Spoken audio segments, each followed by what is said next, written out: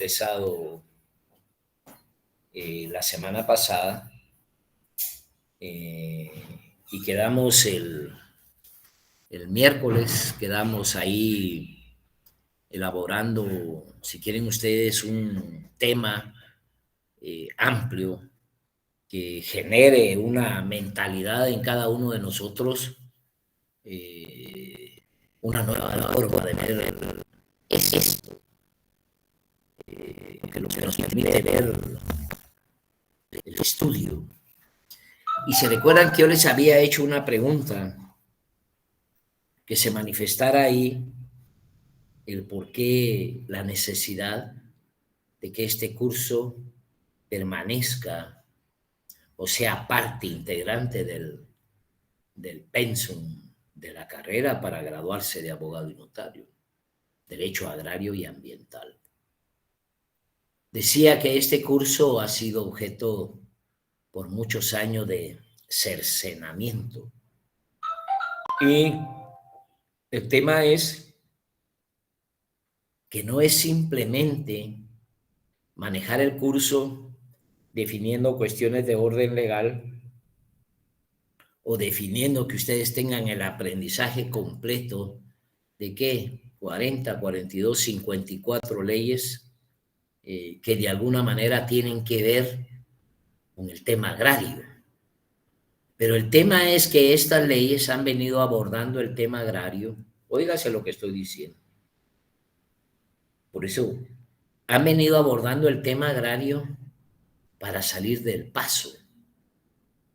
¿Qué significa salir del paso? Bueno, tengo una ley de bosques, tengo una ley de las aguas, tengo una ley de tierra, tengo una ley en el manejo de usos, etc. Ustedes pueden tener 45 valores normativos ahí.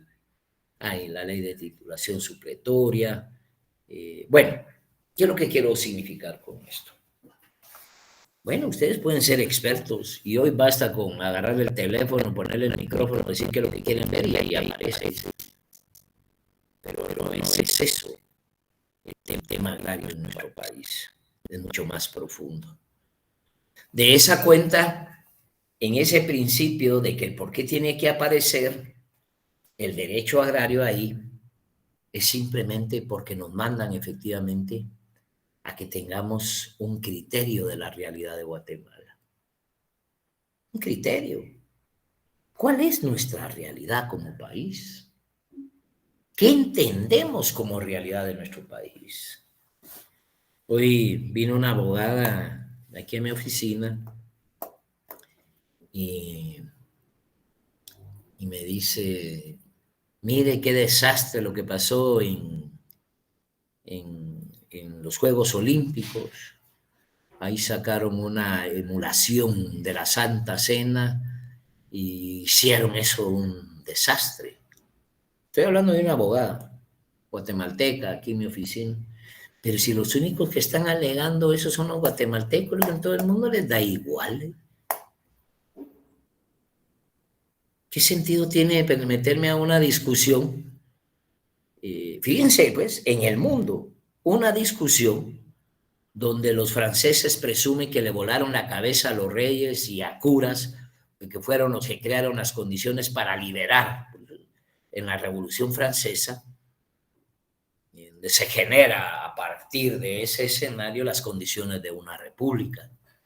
Entonces ellos se la llevan de ser efectivamente los que le han dado, ni siquiera la república de Platón, la república aristotélica, la república griega, sino estamos hablando de este concepto de la división de poderes que se generó a partir de la Revolución Francesa y se rechaza totalmente la intromisión de la Iglesia en asuntos políticos. Pero hoy veo aquí que salen hasta secretarios generales de partidos políticos hablando estupideces en cuanto a una obra de teatro, una pintura que se presentó en este drama de las Olimpiadas. ¿Por qué lo quiero decir? Solo para que ustedes tengan a su bien lo que se discute en el mundo, no lo que se discute en su casa. ¿Qué tiene que ver ese escenario, ese planteamiento dado en Francia? ¿Y qué razón le dieron al mundo en ese planteamiento? Bueno, ese es solo para hacer una comprensión. ¿Cómo hago yo para analizar mi país? ¿Cómo sé cuál es el tema que tengo que manejar para poder manejar el tema del país? Empezamos, dije, primero, hay que tener una claridad. Vamos a hablar, les dije, así mentalmente, si lo pongo en el análisis del mundo, bueno, analicemos la comunidad primitiva, analicemos la comunidad esclavista, la comunidad feudal, la capitalista, la socialista. Ese es en términos universales. Pero ¿y en Guatemala? ¿Cuáles son los hechos rotundos que han marcado para que no nos perdamos históricamente? Ustedes no deben de perder.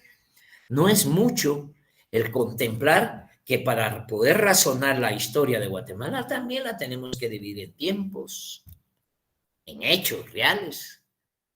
Aquí hubo una conquista. Vamos a hablar de la conquista de Guatemala. Hubo una colonia. Vamos a ver la colonia de Guatemala. A partir de la colonia se instaura la independencia. Pues vamos a hablar de la etapa de la independencia. Vamos a hablar de la época de los conservadores. Llegamos a una reforma liberal. Después pasamos a una época revolucionaria. Pasamos a otra época. Cuando me refiero, por ejemplo, a la reforma liberal, lo voy a ir explicitando de una vez. Estamos hablando de Justelfino Barrios y García Granados. A partir de ahí hay una etapa profundamente conservadora y se llega hasta entender la Revolución de Octubre. ¿Y qué significó la Revolución de Octubre? Pues significó un planteamiento distinto a lo que se venía trayendo desde la colonia, desde la reforma liberal y el planteamiento revolucionario de octubre. Y todo eso no se preocupen ahorita. Lo estoy manejando muy generalmente, pero es para que ustedes tengan un marco. ¿Qué fue la conquista? ¿Qué entendemos por la conquista? ¿Qué pasó en ese escenario? ¿Y qué tiene que ver eso con el derecho agrario? Porque nosotros antes de la conquista no había el derecho que nosotros tenemos acá. Y sin embargo, vamos a ver que el desarrollo de las comunidades ancestrales, las comunidades antes de la conquista, los pueblos indígenas, para ir más exacto,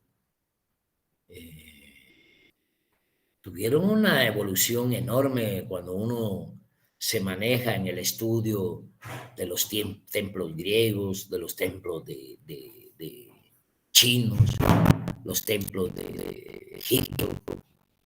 Bueno, que también templos, comunidades enormes, profundas, grandes.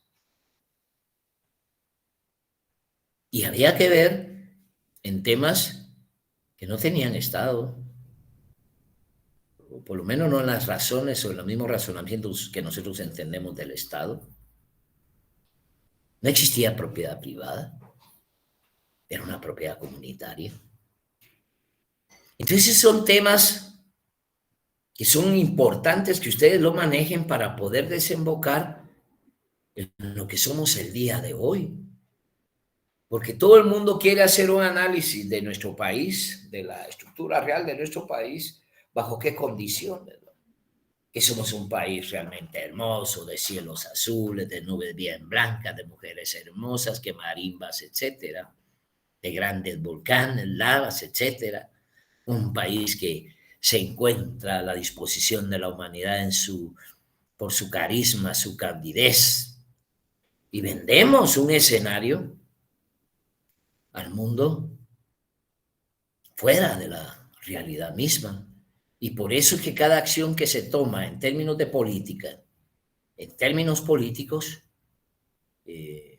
no pueden profundizarse si no entendemos efectivamente una definición, un país agrícola, sí.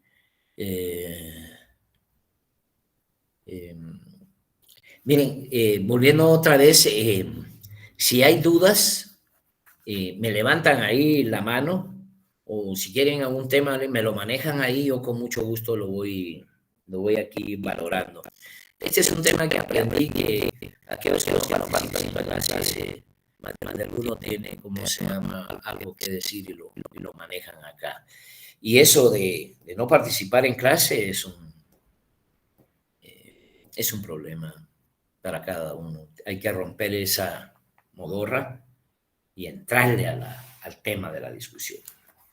Bueno, ¿de qué hablábamos entonces? Hablemos entonces, que yo no decía en la última vez que hablamos, que hablar del derecho es hablar de una cultura. Y cuando hablamos de estas referencias culturales, estamos hablando de una sociedad.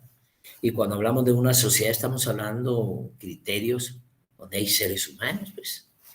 Hay preguntas importantes que las vamos a ir manejando. Y aquí les pudiera hacer una pregunta. ¿Un perro guardián es parte de la sociedad? ¿Es miembro de la sociedad un perro guardián? Es una pregunta. Sí, ¿Por sí, qué? ¿Por qué? porque nos lo han influenciado tanto de que forma parte de un entorno como, ahí sí que vamos a usar el perro guardián como una persona de seguridad privada, porque va a formar parte de algo para nuestra seguridad. Es parte de una familia, de un entorno, de una sociedad. Vamos a ver. Marco Antonio. Buenas noches, Lick. Sí, yo considero con lo que hemos, como dice el compañero, con lo que nos han influenciado y como usted decía, parte de la cultura atrás en un taller mecánico, siempre después de una batería va a faltar el chucho guardián, ¿verdad? O en el interior, en una finca, las señoras que van al mercado a vender atrás van 2, 3 chuchos siguiéndola y protegiéndola también, ¿verdad? O podemos ver en los rastros, ahí en la zona 18 al final se ve donde están los durmientes y al final de la línea del tren, hay unos, si hemos sido detallistas, los hemos andado por ahí, hay como 20, 30 chuchos bien gorditos, porque se alimentan de los restos que están ahí. Es parte de la sociedad. Uno cuando ve un perro en la calle, al igual que con algún humano que uno lo ayuda, le da un quetzal o algo, le da algún pan frío o algo de beber a los perritos. Ahora muchas personas fuera de su casa ponen, por los calores intensos que han habido o que hubieron, ponen baldes de agua para que los perritos que están en la calle, que no tienen dueño, pues puedan saciar esa sed. Considero que sí es parte de la sociedad, no solo los perros, también un gato, ampliando todo eso, ¿verdad? Esa Ahora, sería mi opinión. no, yo quiero compartir esto, creo que no fue tan bien definido, pero ¿y qué pasa con los perros salvajes? ¿Son parte de la sociedad? Eso son parte de un ecosistema, Lick, porque un perro salvaje no se... Sí, bueno, mi pregunta es de la sociedad, no estoy hablando de un ecosistema. Ah, bueno, es que un perro Parte de la salvaje no va a estar dentro de las calles suelto, a no ser que tenga rabia, ¿va? Hay que capturarlo y sacrificarlo. Esto totalmente parte de los salvajes. Porque por eso se llama sociedad, pues por una convivencia tranquila y paz. Fíjese lo que me está hablando. Hoy me voy a entretener contigo, Marco Antonio. Sí, no, es que estás manejando algo que es importante que también tú aclaremos varias condiciones. Una es, déjame darle la palabra a Delmi, a Elda Beatriz y después a Delmi. Ok. Delmi. Gracias, licenciado. Buenas tardes. Yo pensaría que sí son parte de la sociedad porque son seres vivos. Entonces una pulga es de la sociedad. ¿Para qué sirve una pulga? Depende de qué pulga sea, Lick, porque si son pulgas grandes, sí son parte de la sociedad. Ah, ya sé por dónde vas, ese es otro. No, pero una pulga se desarrolla por parte de alguien de la sociedad. Mira, vamos a ir aclarando las cosas, porque no nos vamos a ir perdiendo acá. Miren, primero es entender qué es la sociedad. La sociedad solo es de seres humanos. En las sociedades no hay perros. Las leyes no se le aplican. Antes, en la Edad Media, creo que había unas disposiciones legales donde condenaban a los animales si mordían o mataban o alguna cuestión. Estoy hablando de hace más de 1000 años. El tema es comprender qué es la sociedad. Y eso nos vamos a dedicar. Entonces nosotros tenemos que hablar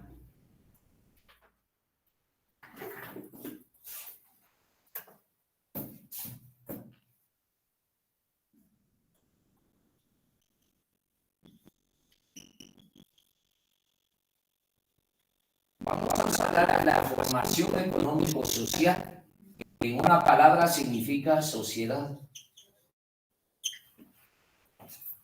¿Se alcanza a ver ahí? No, ¿verdad? No se mira, ¿verdad?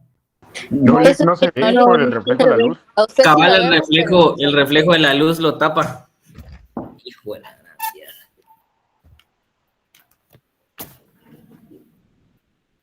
Sí.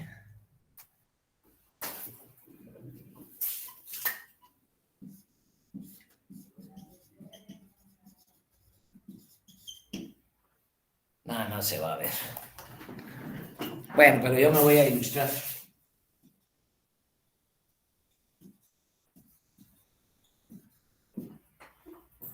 Vamos a hablar de una categoría que se llama formación económico-social. Eso es lo que quise poner acá. Formación económico-social. Y la formación, si ustedes entienden eso, formación económico-social. Eso en una sola palabra significa sociedad. A ver, Delmi, ¿ibas a decir algo? Buenas tardes, Lick. Sí, la verdad es que yo solo quería dar mi punto de vista a lo que usted estaba diciendo, pero ya corrigió al compañero de que la sociedad es un grupo de individuos que se rigen bajo las mismas normas. Entonces no podría caber ahí ni un animal porque no era sociedad, pero usted ya lo aclaró. No, pero hay un tema, fíjate lo que dijiste. ¿Cómo hace para vivir una sociedad? Para existir una sociedad. Esta va a ser una clase de preguntas. ¿Cómo es que existe una sociedad? Pues, sí, ¿de qué forma existiría? O sea, no entiendo bien su se pregunta. rige bajo conductas y normas. Eso es lo que está consultando, ¿verdad, Lick? Mira. Yo siempre pongo de ejemplo,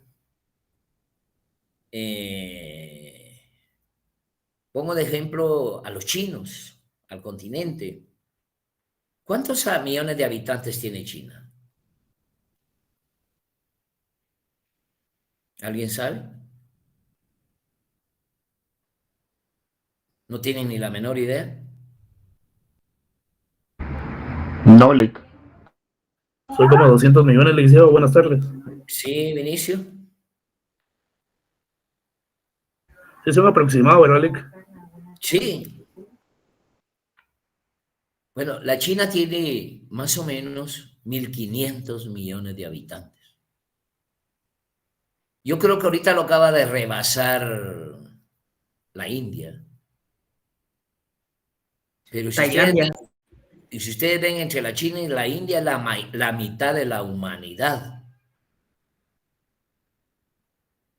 Gracias, Álvaro. Es la mitad de la humanidad. La humanidad está compuesta como 8.000 millones, 9.000 millones. Ahora, ¿cómo hace la sociedad china para poner 2 huevos diarios en el desayuno a los chinos?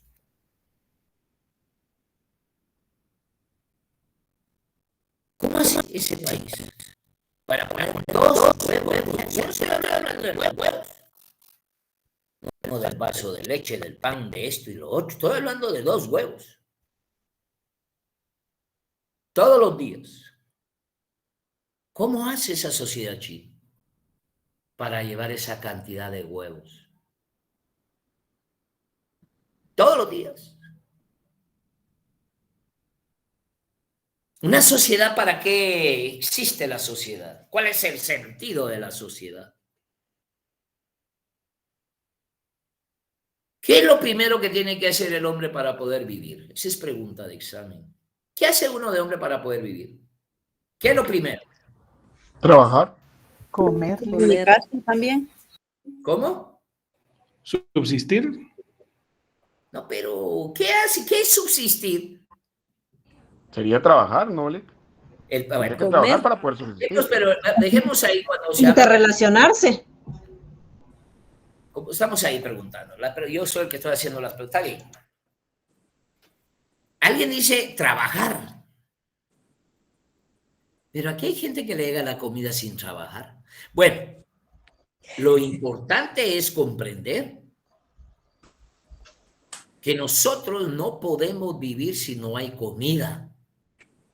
No la carrera, no la ingeniería, no Dios, no la iglesia, no hay nada. Nadie puede vivir sin comida. Nadie.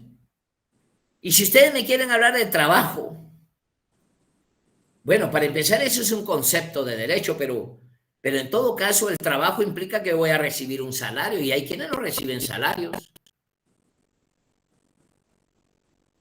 Y cuando nosotros intentamos un salario, ya mentalmente, ustedes tienen que ver qué es el sistema capitalista. Mentalmente. El cash, el efectivo. Esa es la esencia determinante para poder comprender cuál es el sistema capitalista y sus relaciones. En términos societarios, en términos de la sociedad, en términos económicos de valores, es dinero, el salario. ¿Qué hacen ustedes ya en este sistema capitalista? ¿Qué hacemos nosotros para comer en el sistema capitalista? ¿Qué es lo que hacemos? Trabajar. Fíjense, pues, trabajar. Y cuando nosotros venimos a hacer el análisis del trabajo, ya es una relación monetaria o una relación que se da entre los trabajadores y el patrono con la dinámica de entender cuál va a ser nuestra responsabilidad en un horario concreto. Trabajo. Ya vamos a hablar posteriormente de lo que es un trabajo necesario y lo que es un trabajo excedente. Y saber por qué el capitalismo trabajamos el excedente como parte de una jornada ordinaria y solo nos pagan la jornada, pero no el trabajo que excedente. Ahí lo vamos a ir valorando después. Ese es otro tema. Pero yo aquí le estoy marcando en el sistema capitalista qué es lo que tenemos nosotros. El sistema, el hombre como tal, ¿qué tiene para poder comer? Ya vamos a ir viendo más adelante que en este sistema el hombre lo que hace es vender su fuerza de trabajo. Y hay que aprender qué es la fuerza de trabajo. ¿Será que ustedes están trabajando ahorita?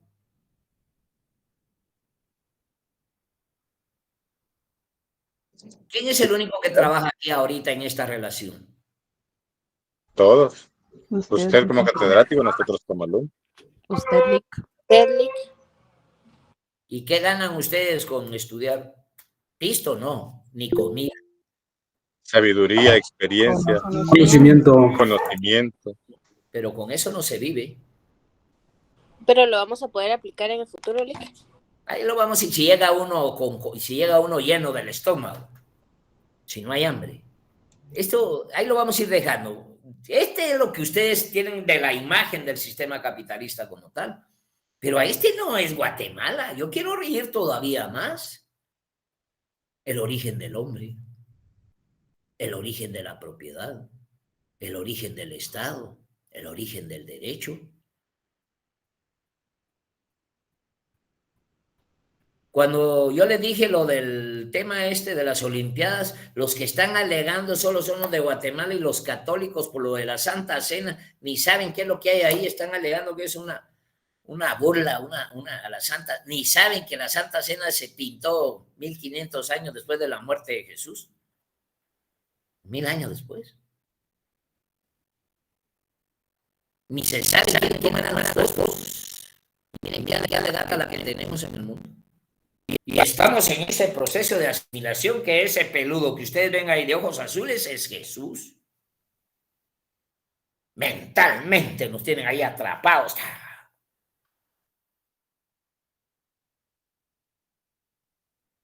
Si era un festival, ¿qué quiere decir? Pagano es no estar de acuerdo con los... Pagano no es nada malo. Hereje no es nada malo. Hereje eran aquellos que estaban en contra de las disposiciones que manejaba la iglesia. Herejes, herejes, herejes. O como dicen ustedes, de Chávez o de Maduro, de Venezuela, Venezuela, Venezuela. Es decir, hablando mal y ganar una imagen como que los herejes o los fulanos o sultanos eran malos como tal. No. Pero ha recurrido el tiempo y ya herejes eran los brujos, porque las brujas, porque aparecían las brujas en esa época, las brujas estaban, los curas eran los únicos que miraban los demonios en temas y había que quemarlos, matarlos, crucificarlos, empalarlos. Esa es una forma en que se vivió. ¿Y cómo eran las relaciones económicas en esa época? Y de ahí podemos bajar a la esclavitud. ¿Cuál es el origen de la esclavitud? Entonces ustedes pueden ver que el trabajo de hoy no es lo mismo de ayer, ni de antier. Son otros razonamientos.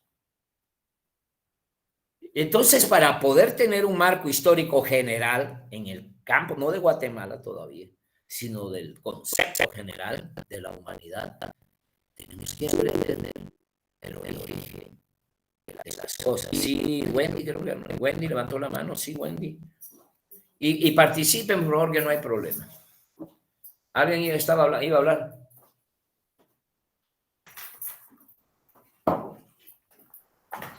¿No? Sí. De verdad que me fastidia la luz esa que ustedes dicen acá. Y yo quería ir presumiéndoles el pizarrón para poder escribir, pero algo voy a encontrar ahí para manejar la clase en forma diferente. Bien.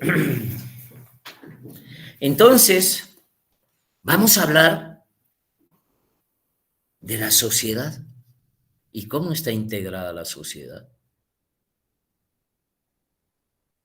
Vamos a hablar entonces de la formación económico-social, que en una sola palabra significa, dijimos,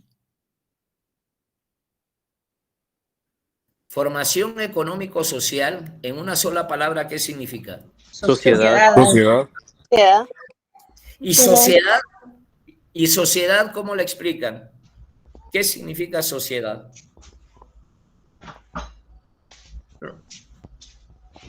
Una formación económico-social. Es una formación económico-social. Fíjense, ya empieza a agarrar luz.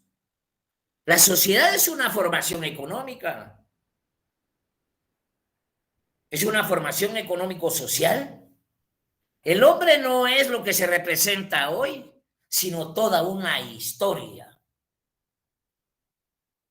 ¿Sí? Vamos a hablar del hombre primitivo.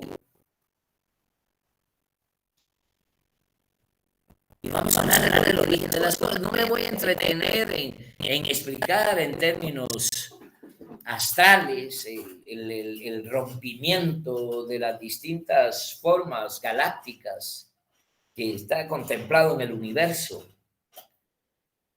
Pero se habla de que una explosión, una Big Bang, 4.500 millones de años, 4.500 millones de años, y eso es nuevo. En términos de los estudios que se tienen acerca del origen hasta del universo.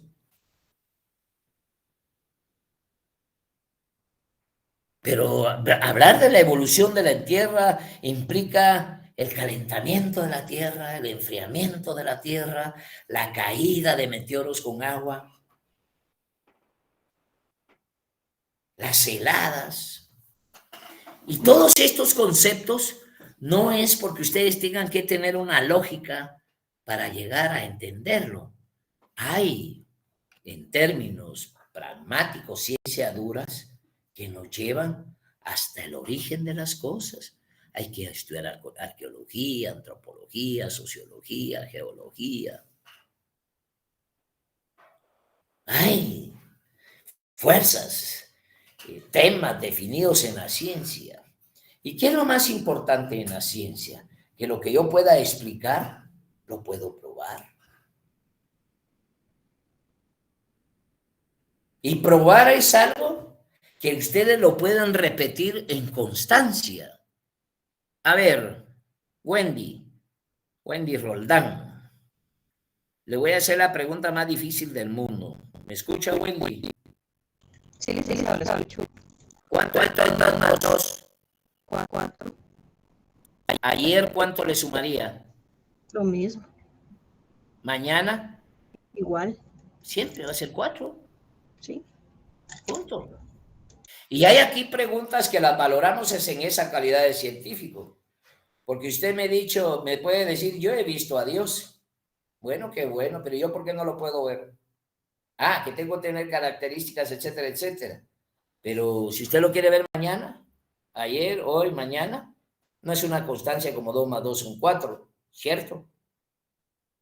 Así es, licenciado. Es decir, no es contrariar eso. Puse ese ejemplo que tal vez me fui al otro extremo, pero habrán otros. Pero el significado es que la ciencia no puede ser ciencia si nosotros no existe una definición y una repetición del resultado ayer, hoy o mañana para que un acontecimiento sea realmente científico. Es una ley natural, eso no se parte de la ciencia, de los manuales de la ley natural. Es una ley natural. Bueno, son acontecimientos que el hombre en alguna medida ha tomado, en algunos casos, el conocimiento de ellos, como por ejemplo para poder entender los fenómenos. Ahorita la vamos a ir explicando la ley natural como el fenómeno natural. Nosotros ya sabemos qué es el día y qué es la noche.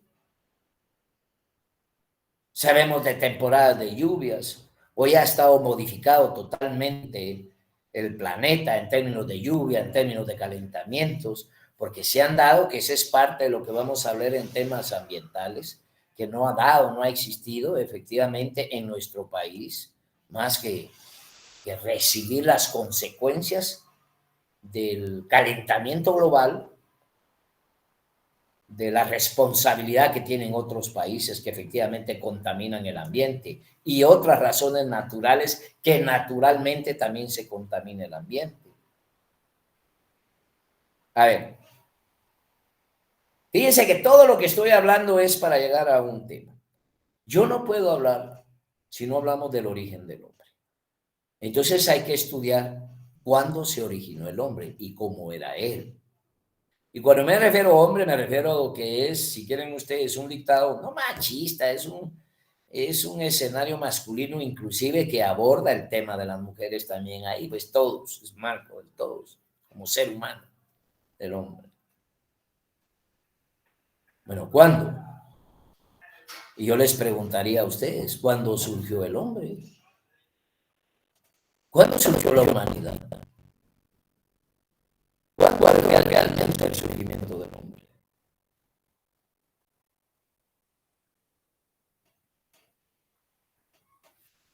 ¿Y cómo era cuando surgió? Entonces nosotros tenemos que hablar a como dé lugar en esta formación económico-social que miramos acá. La vamos a partir a la mitad, porque lo que nos interesa saber es cómo es. Es que es bien complicado. No voy a entrar, como digo, en contradicciones con ustedes, pero si alguien me dice que el hombre surge porque el barro lo sopla y ahí va, y que la mujer es una extensión del hombre de una costilla. Bueno, yo sé que esas son ejemplificaciones, pero el tema es el siguiente. ¿Cómo era ese hombre? Yo lo que he dicho es que lo único importante de esto es estudiar lo que es exactamente la comunidad primitiva. Entonces vamos a estudiar la comunidad primitiva.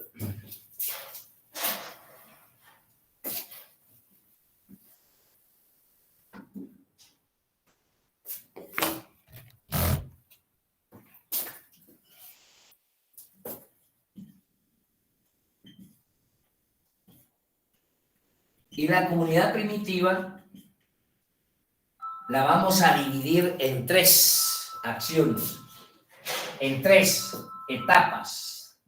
O sea, la comunidad primitiva la vamos a estudiar en 3 etapas. No se lo voy a ver ahí. Ya le voy a dar un cuadro el día que llegue allá. Estoy tratando la manera de que este alumno me fastidie, pero no se va a poder.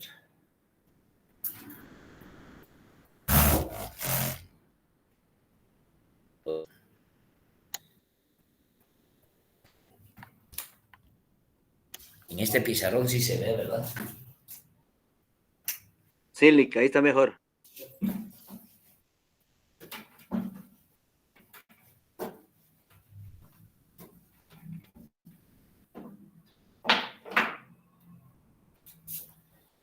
Entonces, vamos a hablar de la comunidad primitiva.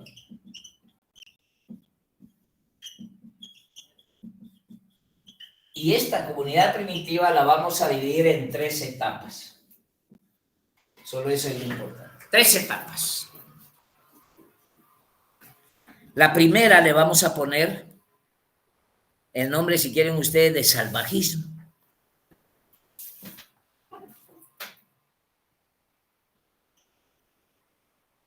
La segunda le vamos a poner el nombre de barbarie. Y la tercera, la civilización.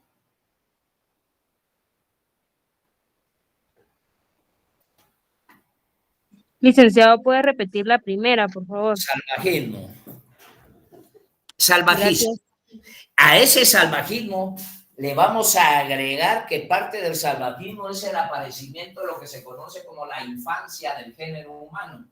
Infancia del género humano.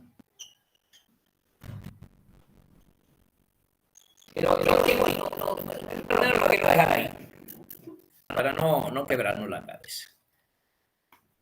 El hombre aparece en la sociedad. Bueno, la teoría más acertada es la teoría evolucionista.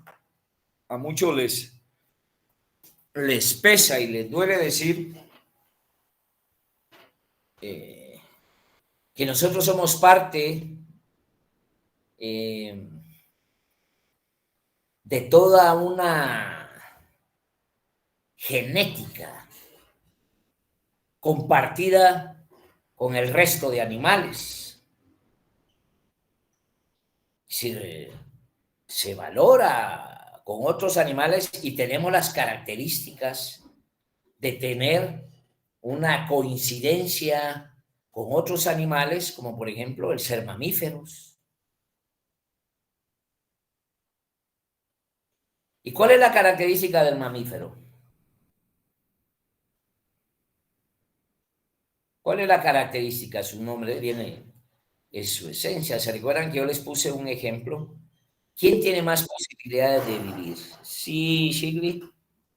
El ser mamífero es porque nace, bueno, de la madre como tal, pero por medio de parto, y también porque ingiere leche, gesta de leche, de materna. Sí, mamífero viene de las mamas. Y esa es una característica especial. Cuando nosotros dividimos a los animales en vertebrados, ¿y qué más? Invertebrados.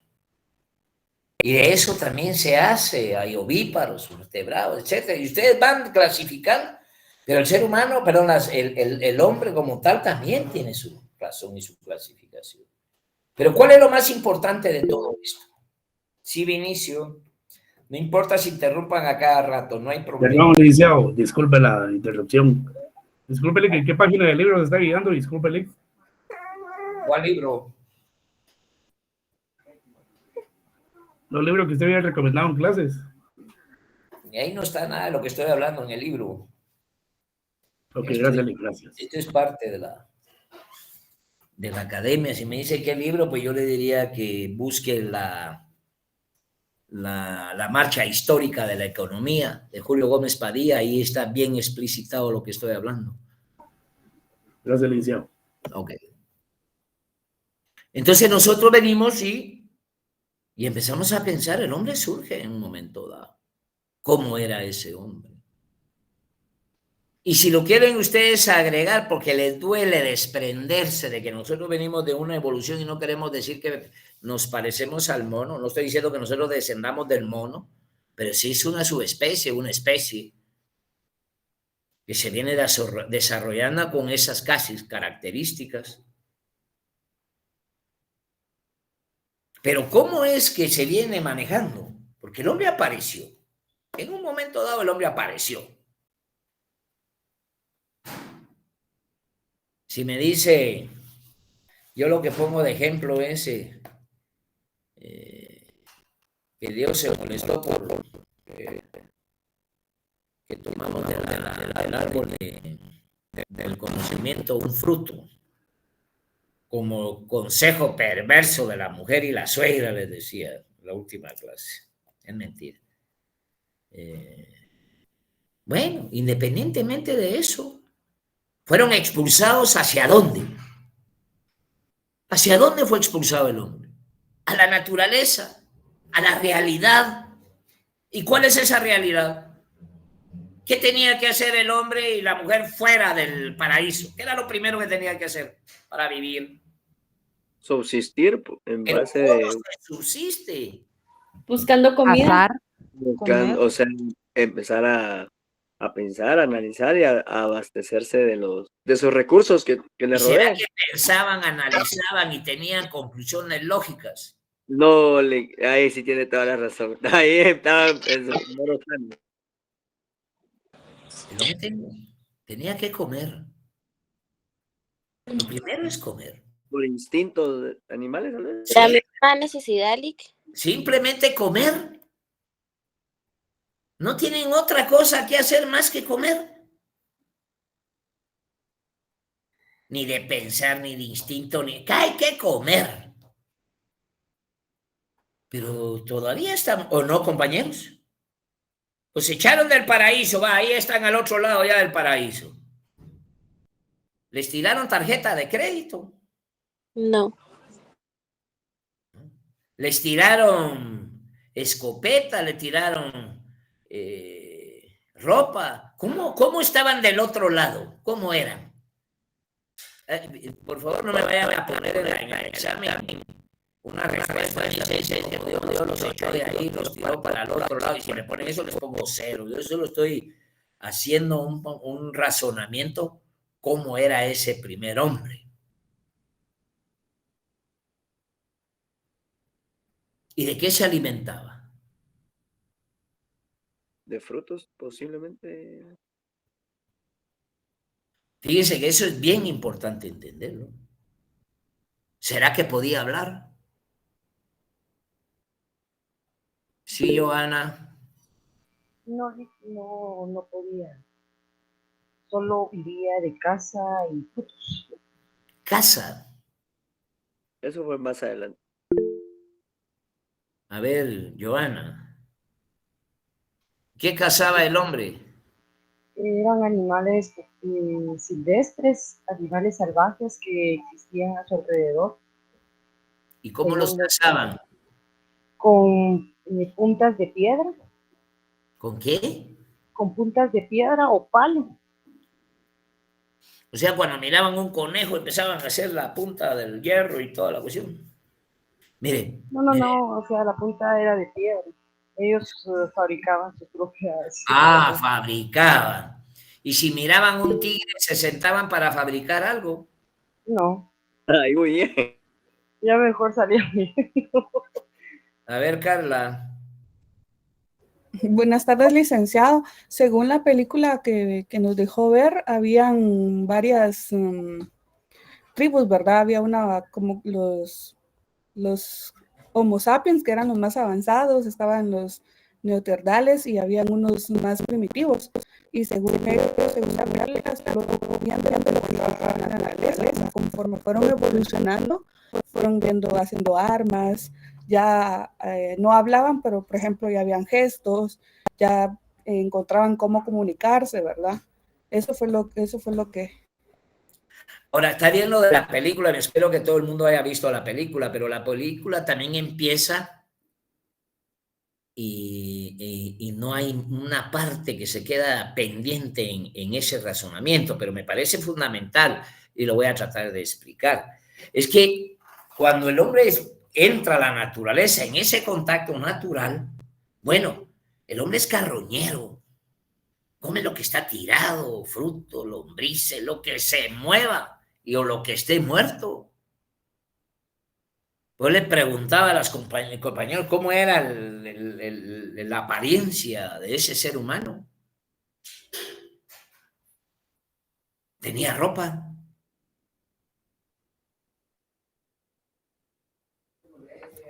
No, como le explicaba, habían varias tribus, dependiendo de cómo fueran evolucionando. Por ejemplo, unos se cubrían con pieles. Mi primera pregunta, en ese primer origen del hombre. Sí, si usted me dice el hombre se cubrían con pieles y después a caballo y ahora tienen hasta helicópteros. No, ese primer hombre. ¿Cómo era su naturaleza? Algo así, era peludo, era velludo. Era como ver al mono, al simio. En ese aspecto, Lick, sería de que anduvieran desnudos. La misma necesidad fue la que los fue motivando o impulsando a que ya pudiesen analizar o pensar para poderse cubrir con bienes. Necesidad al inicio de eso. El hombre nació naturalmente como nacen los perros peludos. Como nacen los perros. Nacían peludos. Crecían peludos. ¿Cómo dijimos que eran las mujeres? Pastudas, les digo. Porque me cuesta decirle a la mujer, no, menos que vaya a creer que en el marco de ese origen. Pero ahí vamos. El hombre está ahí, es peludo, ¿no? ¿Y qué es lo que come? Lo que encuentra. Ahí va. Pero es débil. El hombre normalmente era el objetivo, por ejemplo, decíamos, de cualquier animal de presa, con los tigres, dientes de sable. Lo primero que encontraba un ser humano a comérselo.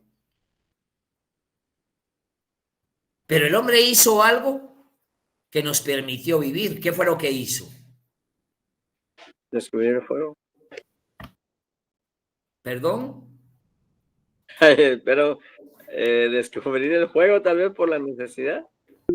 Es que no te escuché o no escucho muy bien. Organizarse en sociedad.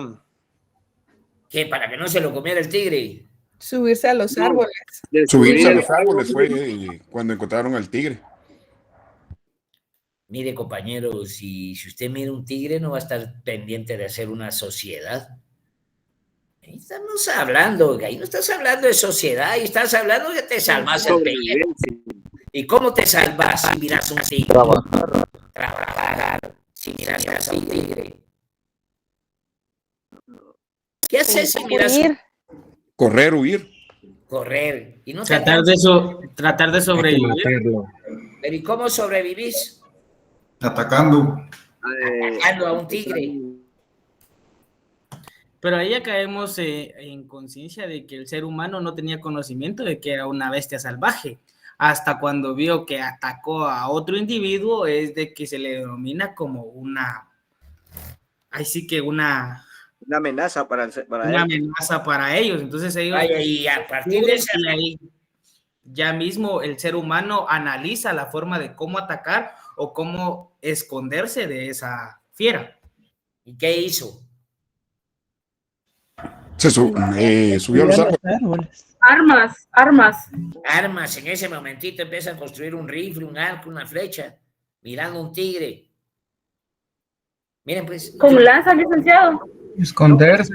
Tal vez con piedra, Lick. O sea, el hecho de defenderse. Una piedra. Te voy a explicar una cuestión que se habla, por ejemplo, el oso polar. Dice que tiene el olfato de sentir el olor de la sangre a 300 kilómetros. Esconderse. Lo primero que tiene que hacer es buscar. ¿Y el olfato del tigre? Protegerse, buscar una cueva donde. Protegerse y el olfato. A eso vamos. Yo voy a darle las explicaciones. Pero eso. Atacar en masa. ¿Perdón? Atacar en masa, en el tumulto de gente. Lo primero que hizo fue organizarse. Lick, pero si descubrieron. Lick, disculpe, pero ¿y si descubrieron el fuego? Lick, descubrieron el fuego, según lo que yo vi, habían descubierto el fuego, estos elementales. Yo pienso que con el fuego asustaron al león, pues. ¿Y cuándo apareció el fuego? Pues yo estaba viendo una película y fue muy luego lo que vi. No conseguí la otra parte. Perdón. Es que yo pienso que Lick se está refiriendo exactamente al momento de que lo sacaron como del paraíso. O sea, ahí el tema que veo es de que ya se están adelantando mucho donde están creando herramientas y nada. Sí, estoy hablando que ahorita aparecemos ahí estamos. Ajá. Somos monos. Entonces pienso yo. Una previa, ¿qué tenemos que hacer para vivir? Comer. A buscar comida. A buscar comida. ¿Y qué comían? Lo que encontraran. Carroña, lo que se encontrara. Lo más fácil de comer. Y era deambular. Bueno, lo que se tiene en ese escenario es que el hombre se subió a los árboles y aprendió a vivir en los árboles miles de años. La única forma que el hombre tuvo para defenderse del tigre fue subirse. Una forma de esconderse, una forma de huir, una forma de escapar. El hombre convivió y aprendió a vivir arriba. Era una presa fácil.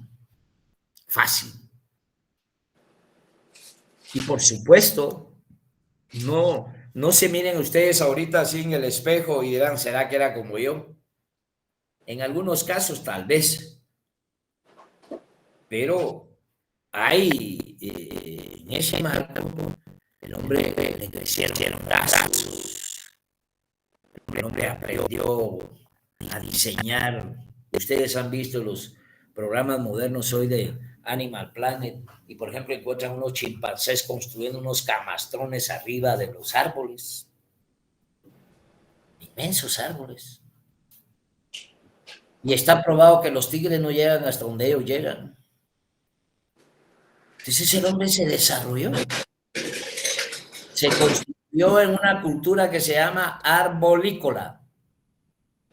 Era un arbolícola. Ahí estaba la comida, ahí estaba su tránsito, ahí estaba toda su protección.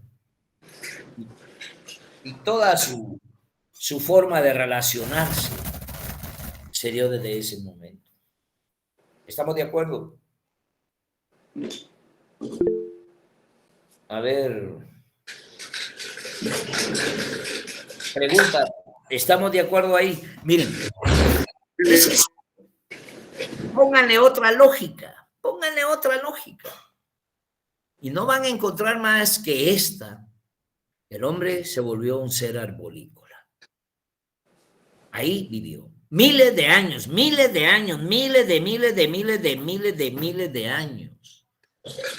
Estamos hablando que el planeta tiene, solo la civilización como tal tendrá aproximadamente 25,000 años. Solo la civilización, lo que somos ahorita en ese marco de civilización, lo que entendemos, 20,000 años. Pero ese escenario de la vida del hombre, allá arriba, pues se dio. Y el hombre bajaba a la tierra a tomar agua y se volvía a subir. Esa especie bajaba y se volvía a subir. se acababan los frutos de un bosque, se trasladaban corriendo al otro bosque. Porque siempre el hombre, para poder vivir, ¿qué es lo primero que tiene que hacer? Nunca se les olvide. ¿Qué? Comer, comer. Comer. Comer. No otra cosa. Más que comer. Y no voy a crear condiciones ahí que los vaya a enfrentar, por ejemplo, que hagan la prueba, vayan a meterse a una iglesia 43 días sin comer a ver qué pasa. Se mueren. Y si lo quieren ver esto como un valor científico, que vaya uno, después que vaya el otro, y después que vaya el otro, hasta que se mueran los tres, nos vamos a dar cuenta que sí, a los 43 días uno se muere si no come. Punto. No hay otro razonamiento. El hombre tiene que comer. Por eso vuelvo a insistir. ¿Cómo hace la China para poner 2 huevos diarios en una sociedad que tiene más de 1.400 millones de habitantes?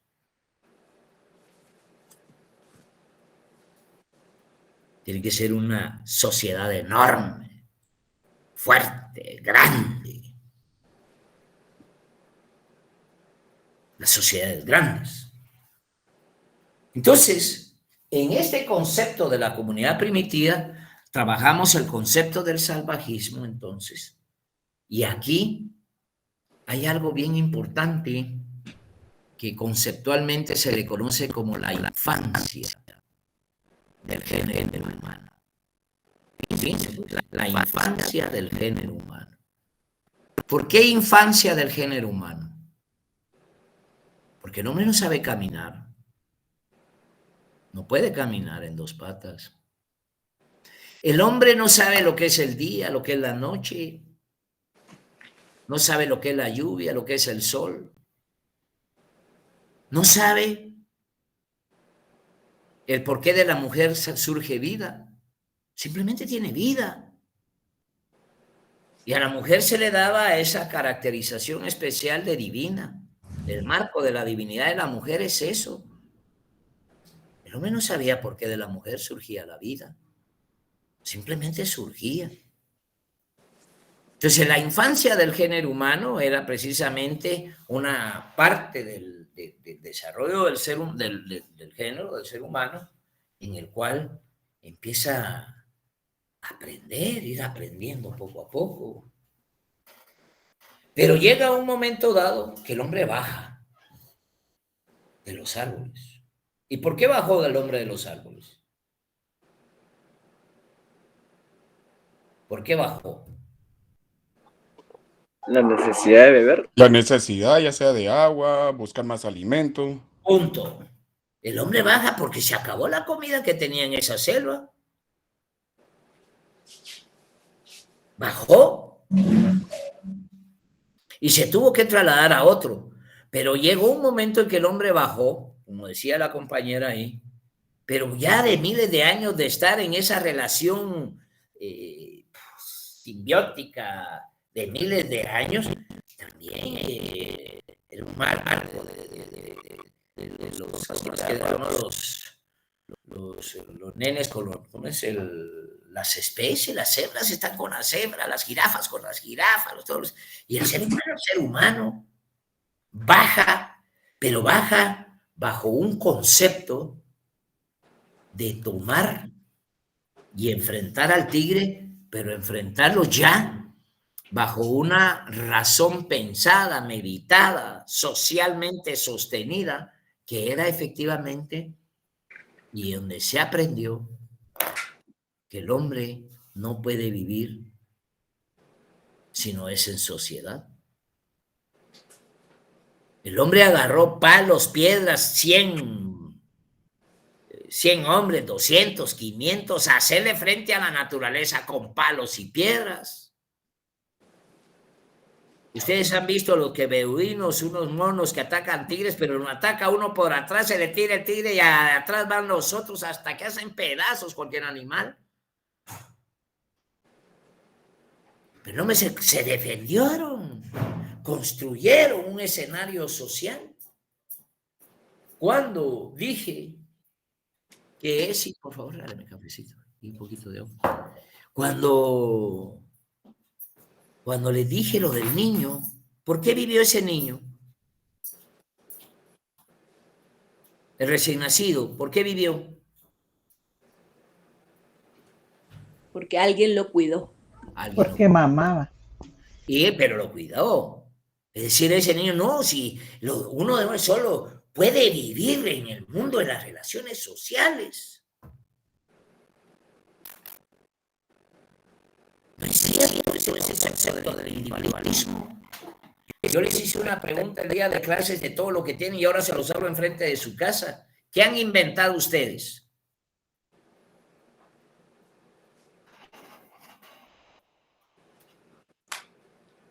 Nada. Sí, Manuel.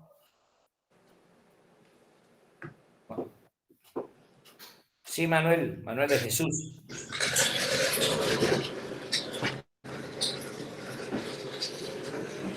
Marvin. Diga. Bueno, continúo. ¿Estábamos? ¿Qué hemos inventado nosotros? Sí, ¿qué hemos inventado? Excusa nada más. Y esas ya las inventaron, hombre. ¿Qué hemos inventado? Sin embargo, todo lo que tienen enfrente de su casa fueron inventados por hombres.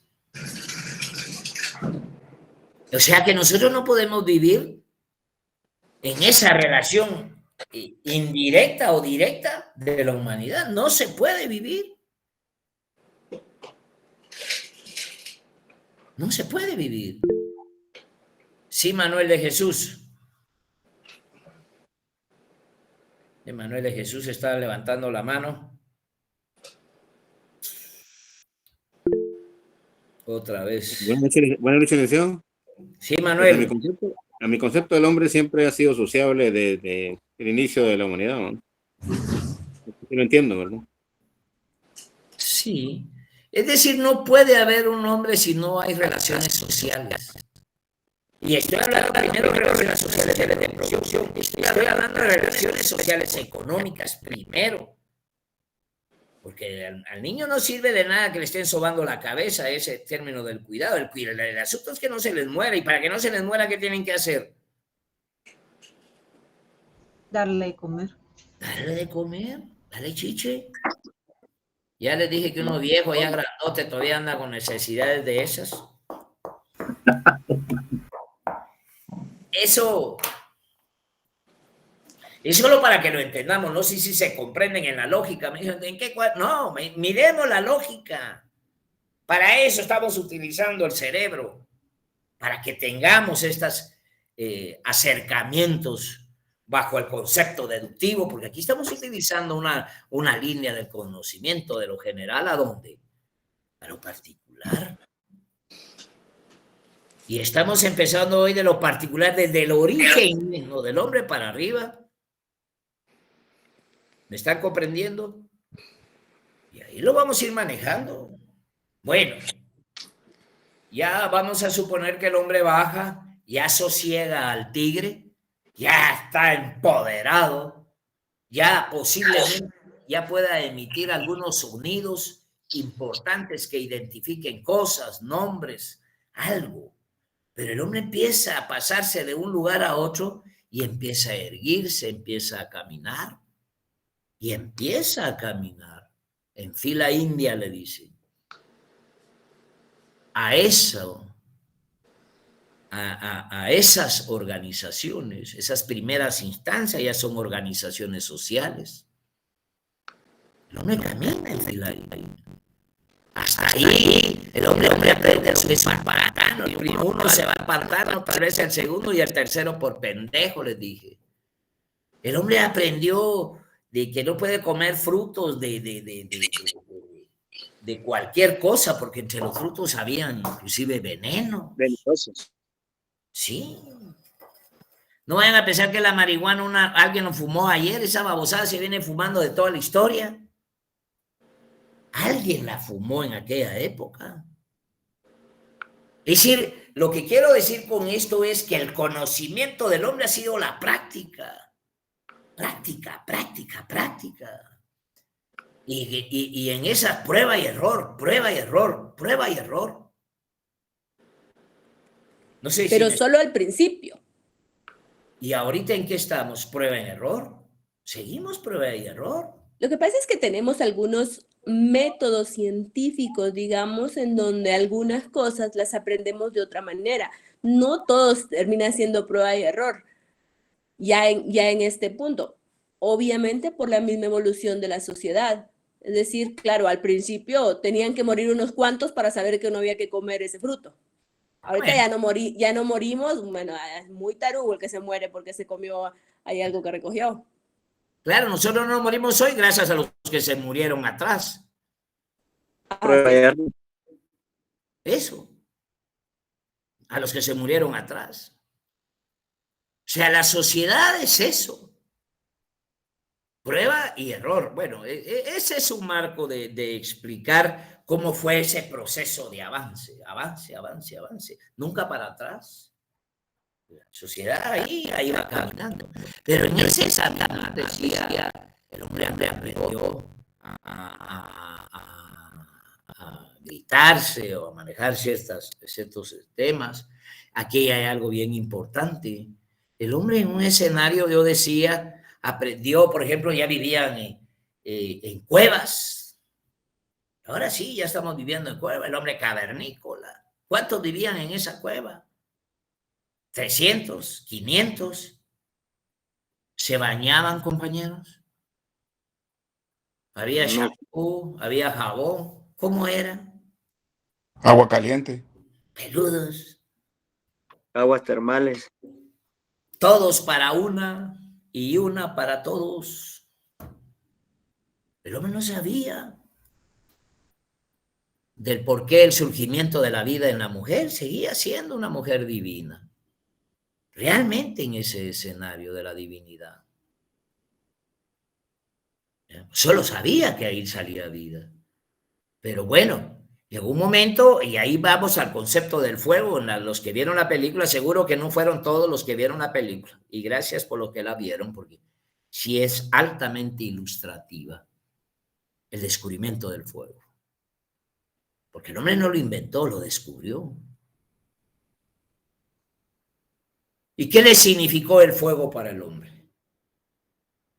Estamos hablando de las heladas, por eso es que le hacían peludos, porque era parte del desarrollo planetario, es parte de la época del hielo planetario. Y también el hombre supervivió a eso. Pero ya viviendo, ya descubren el fuego, les es más fácil la vida. Ya, como decía la compañera, asustar a un animal, defenderse de un animal, ya no se requieren de todo, bastará con una antorcha. Ya tienen fuego, ya tienen calor. Se dice que un principio de la botada del pelo del hombre es porque ya empieza la sustitución de lo natural por otro componente. Hizo que se desprendiera el pelaje, pero eso es hablando en la historia de la humanidad como tal. Pero el hombre sigue caminando, descubre el fuego, pero también descubre el arco y la flecha. Se pueden imaginar que ese personaje que ahí sí en un análisis, sentado afuera de la cueva, y pensando cómo llegar a la deducción de una onda, de un arco, de una flecha. Las mujeres ya tejían, porque el hombre no solamente ya era cazador, sino también pescaba, también era recolector de frutos. El hombre era un recolector. Sus instrumentos de trabajo, ¿qué eran? Huesos, palos, instrumentos toscos. Pero era un abordaje del manejo de la sociedad. Ahí van caminando y van caminando. Llega un momento dado, y ahí es bien importante ir manejando los temas, porque yo parto ya de la primera etapa del salvajismo, casi estoy hablando de todo lo que es el concepto de la infancia del género humano, para pasar a la otra etapa que se le conoce como la barbarie. ¿Por qué el concepto de la barbarie? Ya esa etapa el hombre ya llega con conocimiento del fuego, con conocimiento del arco y la flecha. Ya estamos hablando de que el hombre ya se traslada de campamentos y en campamentos en fila india. Ya estamos hablando de las primeras organizaciones sociales, ya estamos hablando de la manada primitiva. Ya estamos hablando de que ya hay una organización dentro de ellos. ¿Quién es el que dirige eso? Pues puede ser una mujer o puede ser un hombre, no importa. El que mejor consiga comida, porque ¿qué es lo más importante? Pues para vivir sigue existiendo la comida. No hay otra cosa más que conseguir comida. Y aquí, de nuevo, en esta parte de la infancia del género humano, hay algunos entendidos que son bien importantes comprender. Por ejemplo, tenemos que hablar en esta segunda etapa de la barbarie, el origen del matriarcado.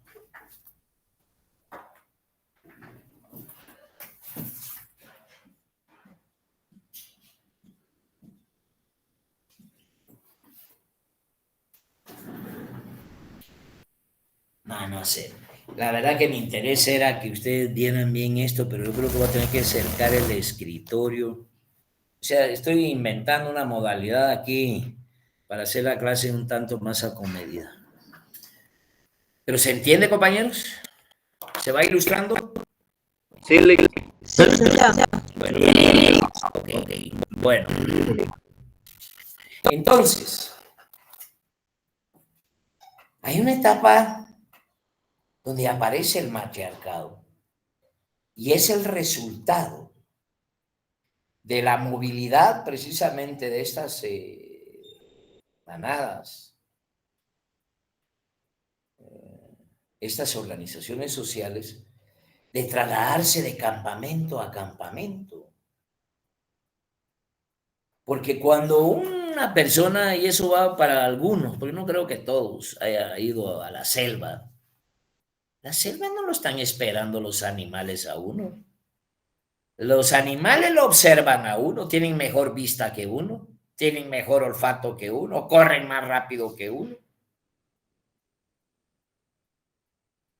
Que alguien me diga que va a cazar un conejo, ¿qué diablo va a cazar un conejo? ¿Cuándo? ¿Cómo? ¿Y dónde? O va a agarrar un venado. Todas las historias que yo fui a cazar un venado, que me apareció un tigre. Yo no digo que no. Pero cuando el hombre llegaba a un campamento, le daba sorpresa a los animales y lograba algo en eso. En ese campamento, ¿ya? Había una relación, es bien importante entenderla, que es que se conoce como la división natural del trabajo. Anoten. La división natural del trabajo, que fue lo que le dio origen al matriarcado. ¿Y cuál es la división natural del trabajo? Ya cuando estamos hablando de este desarrollo, yo decía que el hombre ya consiguió el arco y la flecha, que el hombre ya tiene lanzas, ya va con antorchas, fuego, ya puede emitir algunos sonidos importantes, ya hay una especie de mayor interacción en la sociedad, en la búsqueda. Y por supuesto que lo más importante era las comidas en gran escala, grandes. Un canario no le servía a una tribu. Y está probado a través de los estudios paleontológicos o los estudios zoológicos que el hombre aprendió a empujar a los mamuts en los barrancos. No iba a agarrar, ahí le iban tirando piedras, flechas, le tiraban fuego. Hay algunas anotaciones ahí y de repente lo lograban desbarrancar. ¿Y qué pasaba con esos grandes animales en el fondo del barranco? ¿Qué era lo que había ahí inmediatamente? O la caída lo mataba o tenían una trampa hecha con estacas para que muriera la caída. ¿Pero qué se sacaban con eso? Comida. Alimentar a una tribu, alimentarse, comer. En gran escala. Pero no había refri. Pero sí fuego. Pero no había refri. ¿Y qué hacías con esos animales ahí muertos? Era de aprovechar que había comida. Se Comérselo todo de una vez. Comerlo todo. Quitarle la piel, lo que se podía comer, y utilizaban los huesos, las pieles, por supuesto la carne, los cordones de, qué sé yo, todo era utilizado como tal. Era la gloria de alcanzar una casa, un animal tan enorme. Pero la mujer en la cueva, perdón, pero había una, en esta relación de la división natural del trabajo, hay que hablar bien claro que la mujer, los ancianos y los niños no participaban en la casa de gran escala. La mujer en estado de gravidez, embarazada, las abuelitas, los abuelitos, los niños. Esos se quedaban en la cueva, pero no es porque se quedaran, porque se tenían que quedar haciendo oficios domésticos, como muchos más creen que la mujer decidió hacer oficios domésticos. Eso es mentira, eso es falso, eso no es correcto. Simplemente no podía andar atrás de un mamut la mujer embarazada, ni iba a andar un niño de 3 años, ni iba a andar un anciano o una anciana. Se quedaban alrededor de la cueva, una cueva, haciendo cestos, haciendo flechas, haciendo recolectas, recolectando frutos, haciendo mallas, haciendo, qué sé yo, lo que le daba la naturaleza para continuar ahí. Pero ese lugar, ese campamento, después de ser usado, se trasladaban a otro. Y de ahí a otro. Y de ahí a otro. Hasta volver a llegar al círculo de poder regresar al mismo. ¿Y qué encontró la mujer en el mismo? Cuando regresó y vio el mismo campamento después de andar en traslado, otra vez históricamente se dio cuenta. Yo fastidio mucho con decir la mujer hasta el fin se dio cuenta la mujer. La mujer descubre que los frutos que se comían volvían a salir, o sea, germinaba la semilla. Entonces la mujer se da cuenta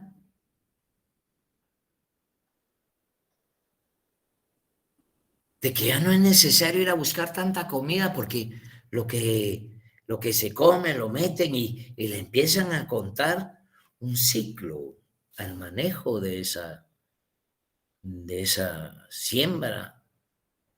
Dice que de dónde viene ese escenario ya de la producción identificada y ya ilustrada de un manejo primario de lo que se conoce, anótenlo, como horticultura, que es en antropología lo más antiguo de la agricultura.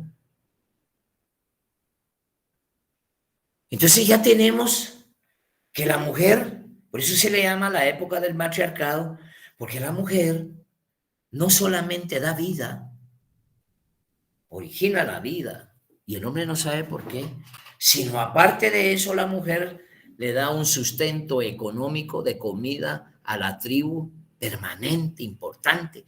Entonces el hombre deja de ser nómado y se convierte en un hombre sedentario. Miren lo que hizo el matriarcado como tal. Generó el sedentarismo, garantizó la comida y había ese concepto de la divinidad. ¿Entienden esa parte, compañeros? Eso es para que vayan ya montando en sus mentes cómo es que históricamente se han dado las cosas.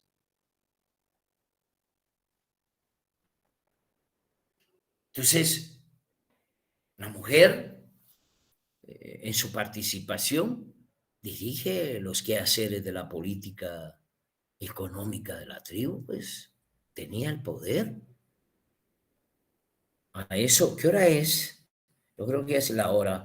Vamos a dejar ahí porque ya no me da tiempo concluir este punto, pero solo quisiera preguntar si se entendió. Y si se entendió, pues ¿qué voy a hacer? Está bien, no hay más que repetir. Ustedes deciden. Excelentísimo, Lick. Bien explicado, licenciado. Excelente clase, licenciado. Vaya, muchas gracias. Feliz noche, licenciado. Buenas noches, estamos, a menos Gracias, que Lick. Andrea, Gabriel, ¿le vas a decir algo? Andrea. Solo una consulta. La primera etapa es salvajismo. Luego la segunda etapa, ¿cuál dijo que era? Perdone. La barbarie. Barbarie. ¿Cómo? Barbarie. Barbarie. Ajá. ¿Y la tercera? Civilización. Muchísimas gracias, Lick. Bueno, pasen buena noche. ¿Cómo dijo Lick? Disculpe, ¿cómo dijo la tercera? Civilización. Muchas gracias, licenciado. Gracias, Género. Feliz noche. Gracias, licenciado. Buenas noches, compañeros. Licenciado.